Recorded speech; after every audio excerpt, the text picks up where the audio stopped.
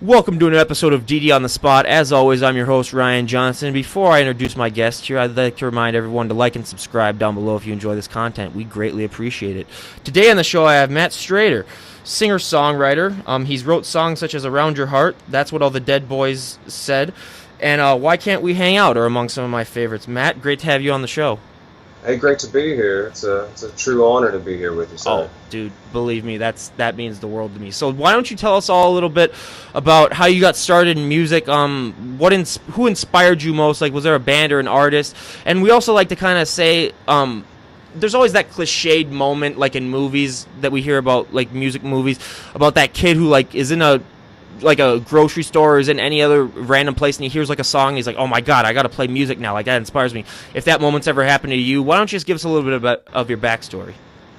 There's so many layers to that. Okay, this is a pretty vivid memory, and it's kind of funny and strange, but I remember, I don't know, kindergarten, something like that, talent show at the school.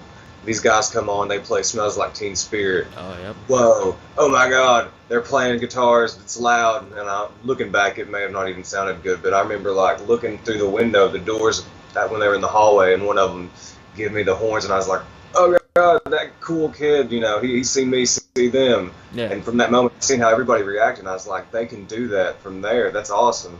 So I've kind of gotten into music many different ways. I got into music initially from that rush of seeing what they could do, you know, without even reaching out to touch you. And then I got into music, you know, just by the fact that I couldn't throw a football, I couldn't, you know, do 30 count burpees or whatever. I just wanted to play guitar and stuff like that because chicks dug it. I mean, I ain't gonna lie, you know, that's why everybody gets into it, really, when it comes down to it. I drew pictures, thought I was an artist, you know, connecting the lines and everything, and then I picked up the guitar, and I struggled with it for so long, and my dad got me this little Harmony acoustic guitar from Cider Barn, somewhere like that. And I struggled with it, just making the most god-awful racket. And then one day, I moved my fingers a little bit, and I heard something. I was like, wow, that's awesome. Let's keep doing that. Mm-hmm. And so through, you know, my lack of knowledge of music or lack of knowledge of playing guitar is where all of my music comes from. I'm afraid that if I knew what I know now about music, which is still limited, then I would have never wrote some of the songs that I've got now. Most of my good songs aren't even recorded yet. I just have yet to put them down because once you put it down, it's down, you know what I'm saying? I don't want to remix everything like Beyonce and Kanye 35 times. Yeah. So when you're coming up with these songs, what do you usually take your inspiration from lyrically? Is it day-to-day stuff? Is it stuff that you've experienced in your life? Is it stuff that you might hear on the news? Or is it like a combination of all those? But how would you describe your creative process? Statements sometimes you hear people say in conversations, or you'll just think of, you know, something that sounds, you know, strange or funny, or, you know, somebody say, hey, why can't we hang out? You know, I moved back here from Virginia and we used to play guitars together, so let's hang out more, you know. And I was like, yeah, that sounds good. You know, sometimes the song writes itself. I've never went and sat down and wrote a song. I don't know how that happens. I've never had lyrics and said, okay, that's going to go with this, or vice versa. They fall from the sky. They're immediate, and if you don't catch that lightning in a bottle, good luck, wait for the next one to come around, you know. It's just kind of weird how it happens. It's kind of inexplainable, honestly.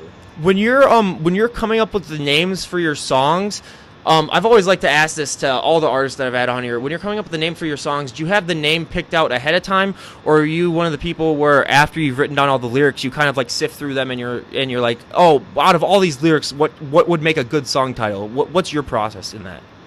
Typically, yeah, I'll pick them from the lyrics once they're developed, but sometimes, you know, you just want to name a song something to draw people in, because a great artist, I really am influenced by Morrissey. He said, always name your songs. Morrissey must have heard me, and he wanted royalties for his name being dropped.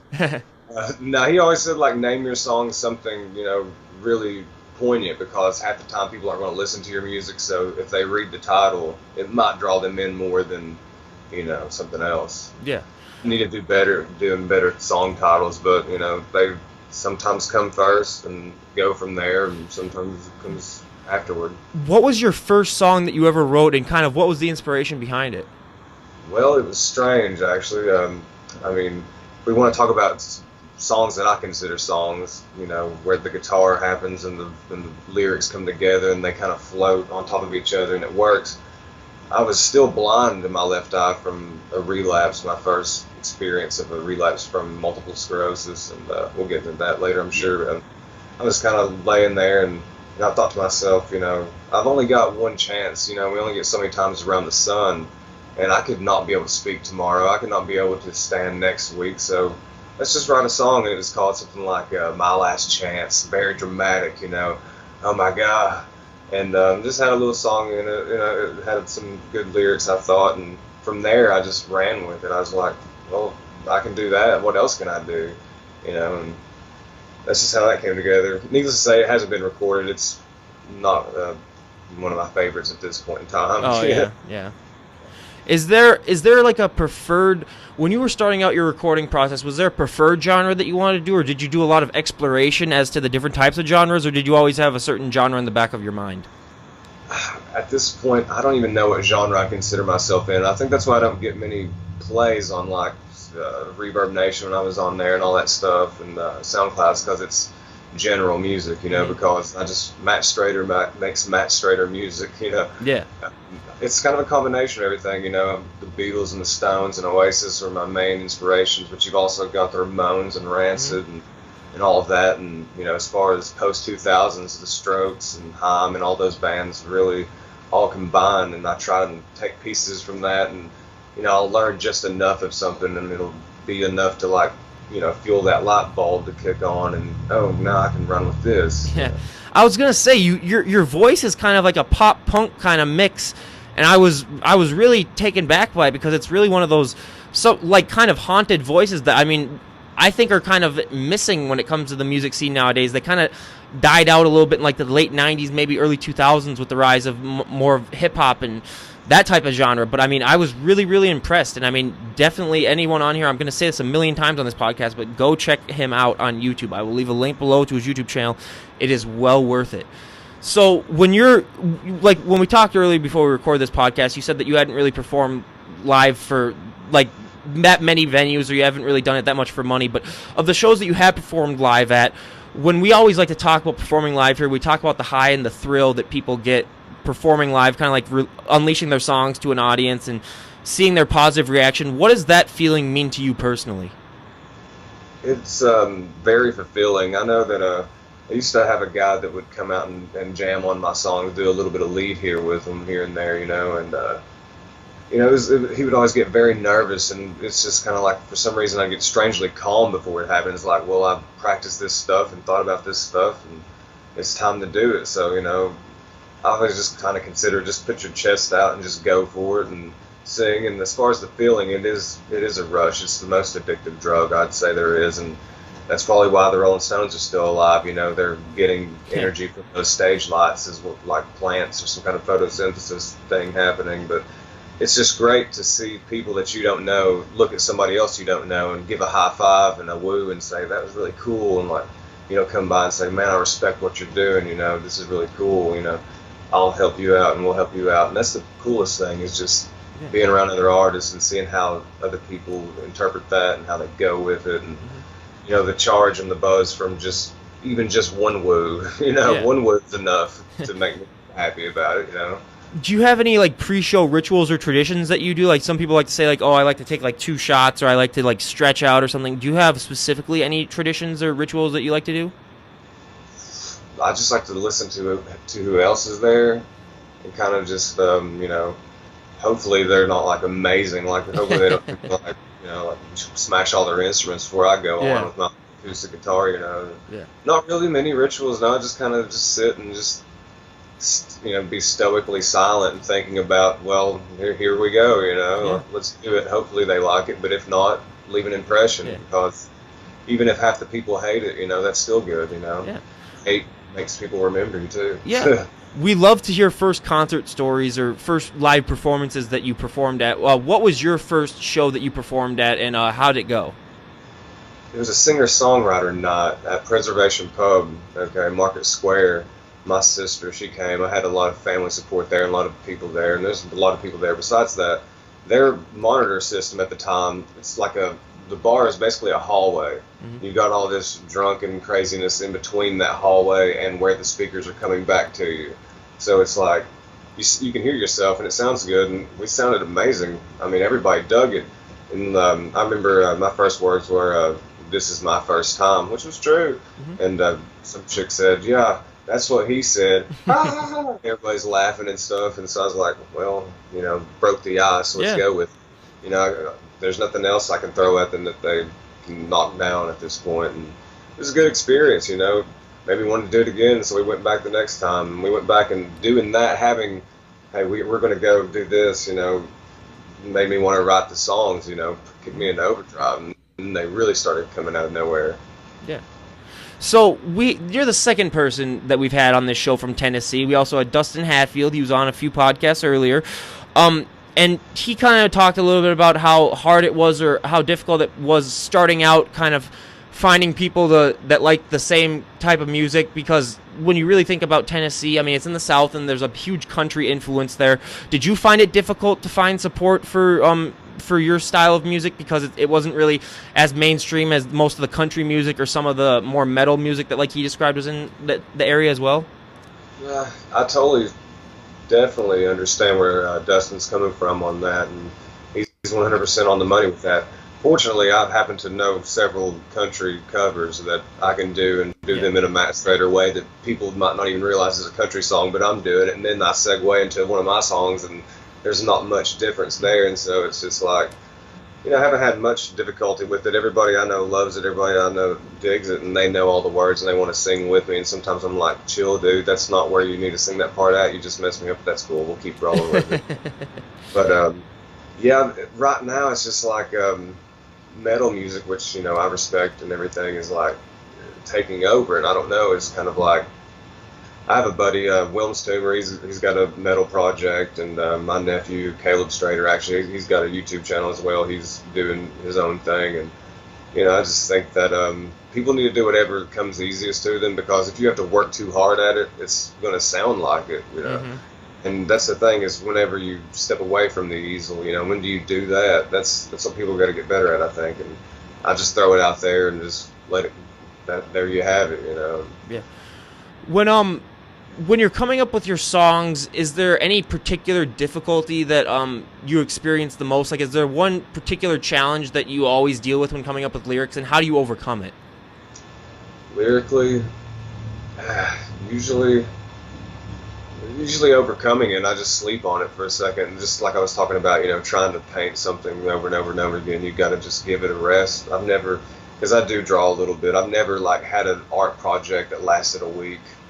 If I couldn't draw something that I liked in 5 minutes, I'd wad it up and throw it away. It's the same thing with the song, kind of, the songs write themselves. The music writes the words, always for me. It's like, and if the lyrics are subpar, I try to make the music at least speak for itself, Yeah. Song.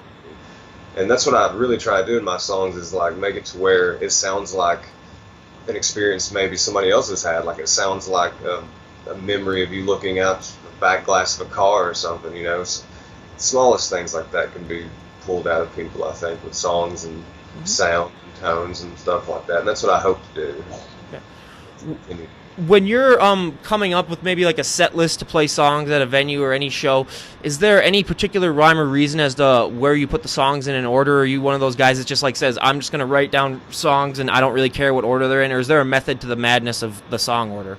I like to usually start out with a pretty fast song, but all of them end up being faster when you're in front of a crowd of people. Yeah.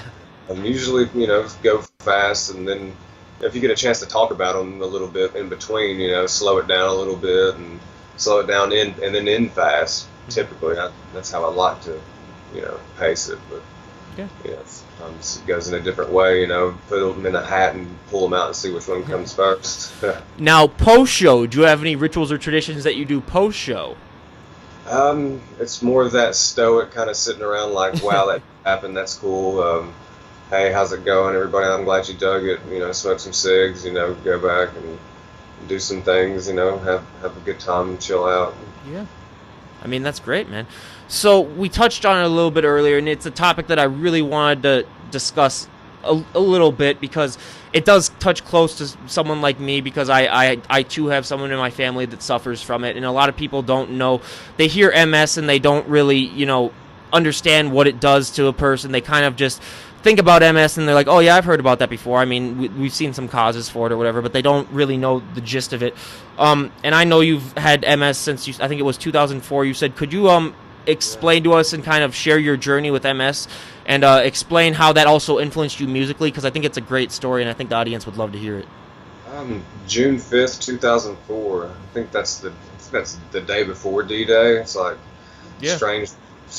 And yeah, I was blind in my left eye, and I went to go get my eyes examined. And the dude looked at my eyes and he said, "If I give you glasses, I'm gonna have to give you like a 2,400 prescription because your left eye's, busted." Yeah. He could see that the nerve was swollen, and he sent me over to the hospital. And within an hour, I'm getting a spinal tap, and then they're saying, "Hey, you've got MS," and all this stuff. And needless to say, I never cried as much as I did before I actually had that spinal tap. But ever since then, I've just had to learn to live in that lane. My sight's back. I'm not wearing these sunglasses because I'm Ray Charles or anything. I'm wearing a massive zip between my eyes right now. But yeah, MS has shifted and it changes. I've lost the ability to use my hands before and play guitar, and that was extremely depressing at that time. But it shapes me musically in the sense that why hold your music back? Why try to have some kind of huge pristine Taylor Swift whispery production or whatever? Just get it out, because I believe that, for instance, if Freddie Mercury had recorded "Somebody to Love" on an answering machine, people could still hear that that's a beautiful song and a great song. And it's an amazing song the way they did it, but it's because it's an amazing song, and not necessarily because how they recorded it. And with MS, I think that the fact that I have lesions in my brain that are, causing things to fire off differently, my brain has to work around those in a different way, and maybe the creative portions of my brain are firing on high while the others are on a lower, scale. But yeah, I urge everybody to, look into MS and other illnesses that you couldn't see from the outside as being what they are. It's like, oh, you look great.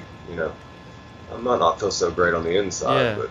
I mean, it is a rough and horrible disease. But do you think that musically you would be at the same place you were now had you not got diagnosed?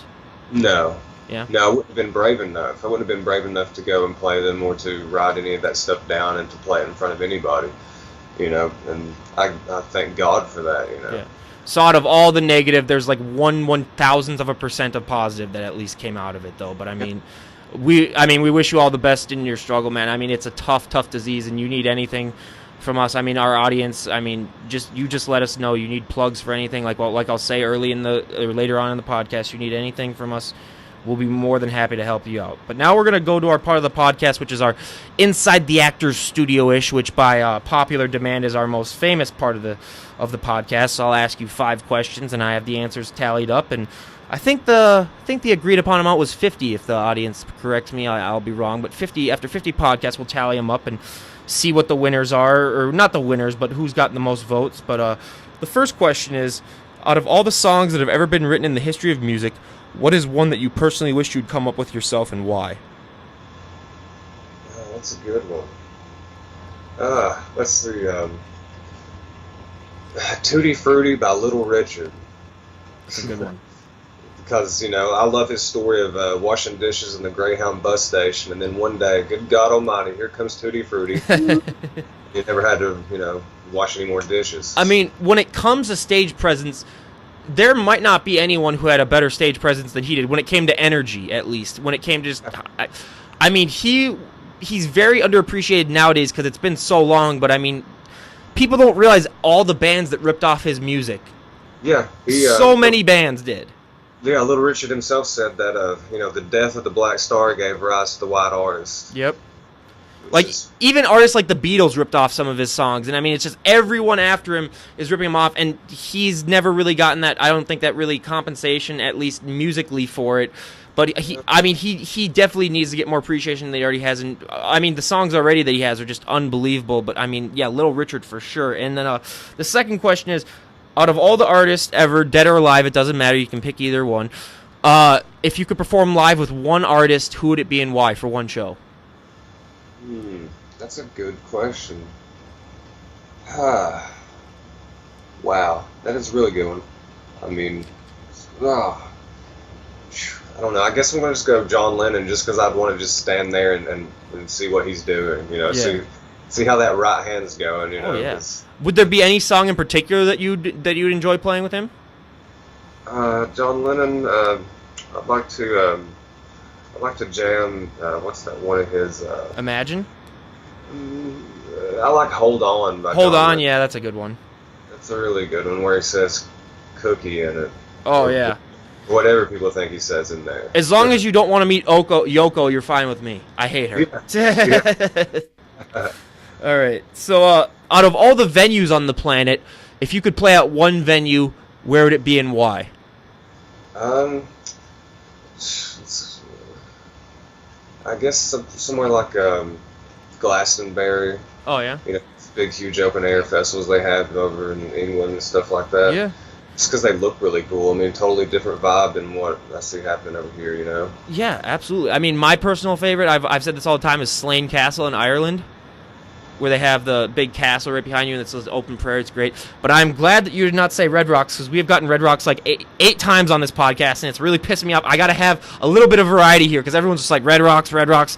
I finally looked up Red Rocks last night, because I was getting pissed, because I was like, okay, everyone's saying Red Rocks. I got to find out what this is. So I looked it up last night, and I was like, oh, it actually looks pretty nice. So I appreciate that now a little bit more. But fourth question. Guilty pleasure song. What is a song that you enjoy that someone who's met you would never seem to like realize that you enjoy, or even people that you know? Some people I know this song, but I absolutely love Enrique Iglesias' music. Oh yeah. I know that sounds strange, but the song "Escape," Yeah. that one's a good one, and "Be With You," that's a good one. They're just good songs. I mean, that's what I try to tell people: a good record's a good record. You know, Yeah. no matter who makes it. Yeah, I remember in high school dancing to "I Like It" by Enrique Iglesias on the dance floor. That was a huge hit. Yeah, that was at our high school dances. That was a huge one. So guilty pleasure genre.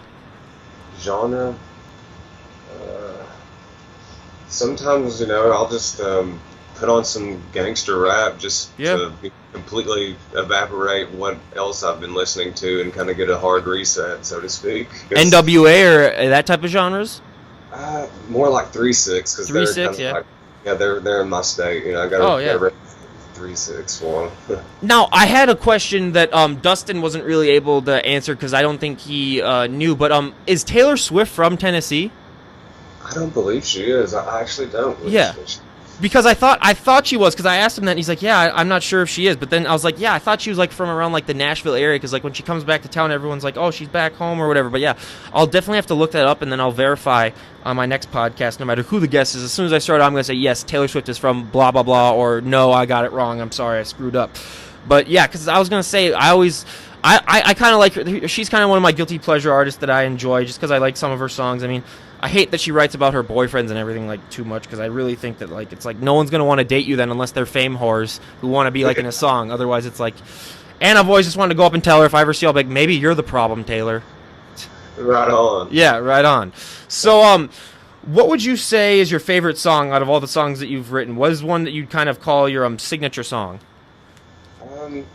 Well, there's several of them that haven't been recorded and put online yet, but out of the ones online, there's a song on my YouTube channel called Silent Passerby, and it's 3 minutes long, and half of it is completely silent. And the way that song came is I was sitting in a doctor's office with my fiance for her doctor's appointment, and I exchanged glances with this man across the hallway, and I could tell, I'd seen him in the community before, and I could tell that he was homeless. I knew that he was homeless. And he was also deaf and mute. Ooh. Could you imagine not being able to hear or speak? Ooh. And and he got up after we came. All this dialogue went on in my brain, just exchanging this glance with him. And then he's walking by me to walk outside, and he smelled rough. Not talking about the smell of his odor, it was the smell of pain and tears. And being forgotten. And I thought to myself, he's sitting in this place because it's hot. It's hot as hell out here. He's sitting in here to get cooled off, and that's what that song's about. Is I come here when it gets too hot. Sun on my face is all that I got. You know what I'm saying? And at the end it says that the door now says no trespassing, because that's how these people the forgotten people continue to be forgotten, you know, and that's what that song's about. And I left it completely half silent in honor of that person, you know, because That's awesome. that's a short song. It says enough. It says what it needs to say. There's no hook to it, and that's lips are moving, but you hear no sound. Part of what I kind of got from listening to a lot of your songs on your YouTube channel is that you generally tend to write songs that are shorter than normal. Like you have a lot of like 2.5-minute songs. You have a lot of like 2:40. You get some in the 3 minutes. Do you do that because you really just like to get the message out there, and you don't like you said, you don't kind of like the hook, so you kind of don't like the making them longer than they should be, or is there a specific reason why they're usually on the shorter end? I prefer short songs. I mean, you look at all the old records and stuff. That's what I was gonna say. Yeah. Shorter, and there's supposedly mathematical, you know, science behind it that like if your hook hits at 52 seconds, you've got a good hook, you know, and all those things, and you know, I try to keep that in there because, you know, I personally don't like 7 or 8 minute long songs. Oh, you know, yeah. I'm flipping that channel already after, you know, a minute and 15 seconds. Yeah, the only long ones that I've ever enjoyed are basically Stairway and Bohemian Rhapsody, but that's just because they're just good enough to be super long. Yeah. But the songs are like on a whole other level. Oh, like, absolutely. Yeah, you also mentioned a very thing that I came up with myself, and I thought that I was really proud of. I listen to a lot of like more classic rock, a little like 70s, 80s, 90s, and out of all the songs that I listen to, like either when I'm working out or when I'm just doing random stuff, looking up stuff on YouTube, and I have music playing in the background, I have come to realize that most songs have their hook at around, like you said, sort of like the late 40s or even the mid 40s to late 50s mark in their genre. And I figured that out. I was like, wow, these songs besides a few that like have their hook like as soon as they start, and those are like different songs, but they have it. But like I said, I found the majority of that is, so I kind of wrote that down, and I was like, maybe that's a whole thing. But yeah, I mean, it does seem to work out. But I mean, it does kind of really make you realize kind of how condensed and how satirized the genre can be, though, if everyone's doing something like that. And you're like, oh my god, every song that I've ever known my entire life growing up as a kid, it's like the 40 or 50 second mark, the hook's coming on. Yeah. It makes you feel like your entire life's a lie, and you're like, oh my god, this is all just so satirized. But I mean, it was really weird when I came to mention that, and I was glad that you mentioned that too, because that's kind of like what I've come to kind of realize is the main thing. Do you like to sort of do that around like the 50-second mark, or are you one of those guys who just says, you know what, I'm going to do my own path? How does that work? At this point in time, it seems to just happen on its own whenever those songs do have the hook at the 52 seconds. I've always been a great verse writer. You know, I can verse it all day. Mm-hmm. Choruses are a little bit more difficult to write for me, I think, because it's like, okay, this is what people are going to be singing around a campfire. Mm-hmm. You know, it's like there's more pressure put on that part. That's why verses are my favorite, and most of my songs are verse driven, you know. Yeah. What is one of the biggest difficulties that you faced playing an acoustic guitar as opposed to maybe playing like a rock and roll guitar or just like a regular guitar? What would you say is a difficulty? It would be difficult for me to play the other way around, honestly. Yeah. It would be, because the acoustic guitar, you feel everything with it, you know. It's started on, and you feel everything with it, and if you can't take your guitar out, you know, to a campfire, to, like I was saying, or whatever, you know, instance, and get your songs across with that, with you by yourself, you know, then you might not be able to get that song across, period. So I'm going to sound like a complete idiot asking this, but I need to, because some of my audience members are probably asking it, and I'm going to ask the question for them. What are some of the big differences between an electric guitar and an acoustic guitar? And I know the differences myself. Don't think that I'm an idiot, but I'm just asking you, just for those audience members that are asking it themselves right now when they're listening. I would compare an acoustic guitar to I don't know, like a Range Rover. It can get anywhere. It can take you anywhere, and it can go anywhere. It can take your friends wherever you want them to go. And an electric guitar is kind of like a I don't know, a Shelby, you know, like a sports car that's sleek and it can handle the curves and, you know, get up there in 5 seconds and all that. And you need them both, I suppose, but, you know, whatever works for you and for the artist. And, you know, that's what I want people to realize, is that anybody can write their songs. And if you have a song, get it out there, you know, just make it happen, because, like, you know, time's ticking, you know. I mean, that is just a great lesson. I'm 24 years old myself. I mean, I'm just starting out with like my podcast, and I'm just starting out with other things that I'm trying to, you know, get businesses out of. And I just feel that too all the time, that, you know, life is just, we're only here once, you guys, and you gotta make the most of it. And I feel like a lot of people, especially my age, or a lot of people even younger, just don't get that. They just think that they have an unlimited amount of time, they can do whatever they want, and they're like, oh, I'll make mistakes.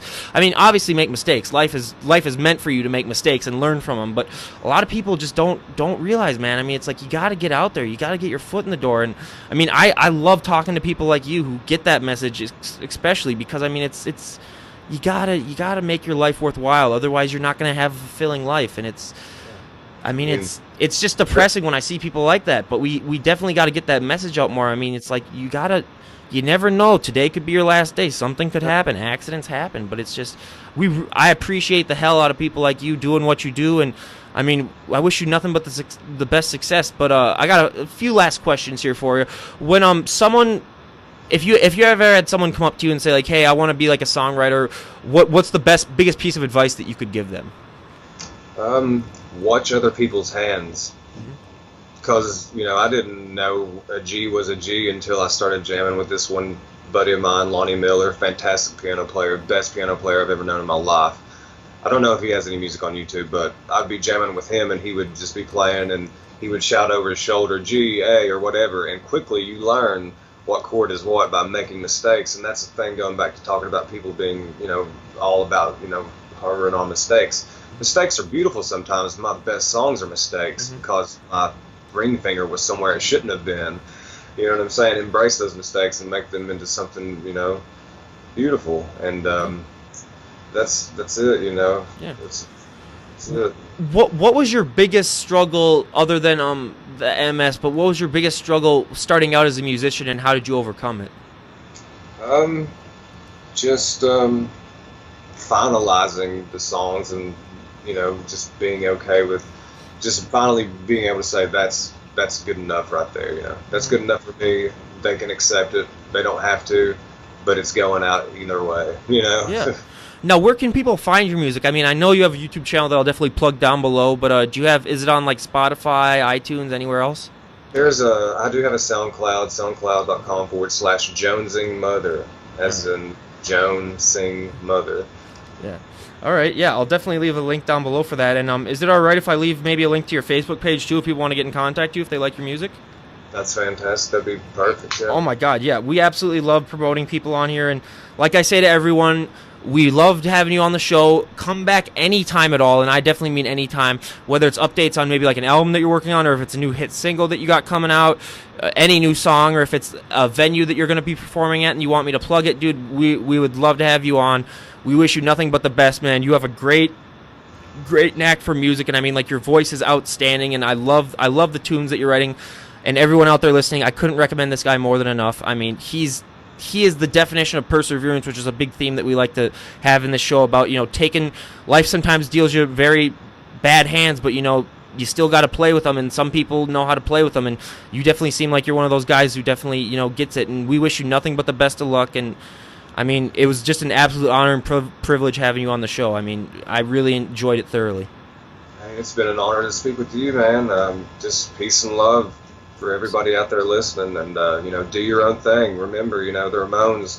Just whenever people get worried about making music, or if they can make music, just think about the Ramones and just look into what they did. And they did, like, I think 3,000 shows, and they never toured in a bus. They always used a van, you know. Absolutely. I mean, so just get that feeling out. You know, people were like Henry Rollins said, people were throwing their Steve Miller records out the windows after they saw the Ramones perform. Yeah, absolutely. I mean, it's just so inspiring just to hear your story and everything. And I think it's also helped us understand. I mean, and MS awareness is a huge thing that I'd like to also get out there too. So I mean, that's huge that we talked about it, and I really enjoyed it. But this is DD on the spot, Ryan Johnson. And before I sign out here, I'd like to remind everyone to like and subscribe down below. We really appreciate it, and we really appreciate any views that you give us. I mean, I enjoy the hell out of making this podcast and helping these bands and musicians get their promotions. And I mean, it just brings me absolute joy to talk to people here like Matt. So DD on the spot, Ryan Johnson signing out. Have a great day, everyone.